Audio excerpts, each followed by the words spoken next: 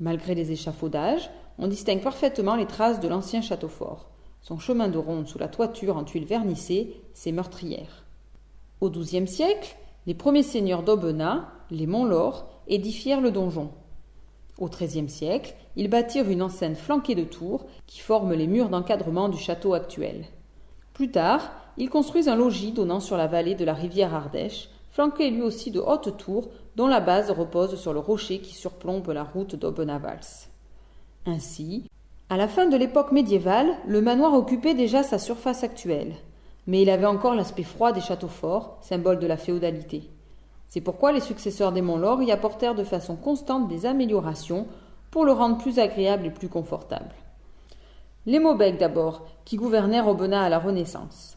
Ils ornent la cour intérieure d'une charmante tourelle aux fenêtres rameneaux finement moulurées. Puis vers les Modènes, qui durant les quelques années paisibles qu'ils passèrent à Aubenas avant les guerres de religion, firent établir des galeries superposées dans la cour intérieure à la manière des loggias des palais italiens.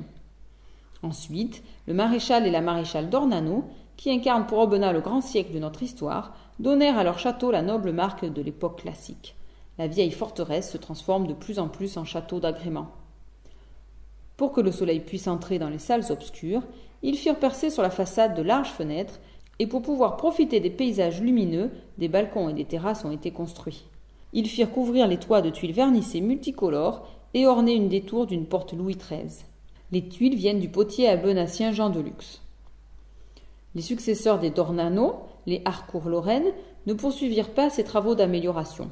Par contre, les Vauguet, qui furent les seigneurs d'Aubenas jusqu'à la Révolution française, complétèrent l'œuvre des d'Ornano. Ils firent établir un bel escalier d'honneur dont la rampe est un élégant morceau de ferronnerie du XVIIIe siècle et firent décorer de lambris Louis XV les principaux appartements.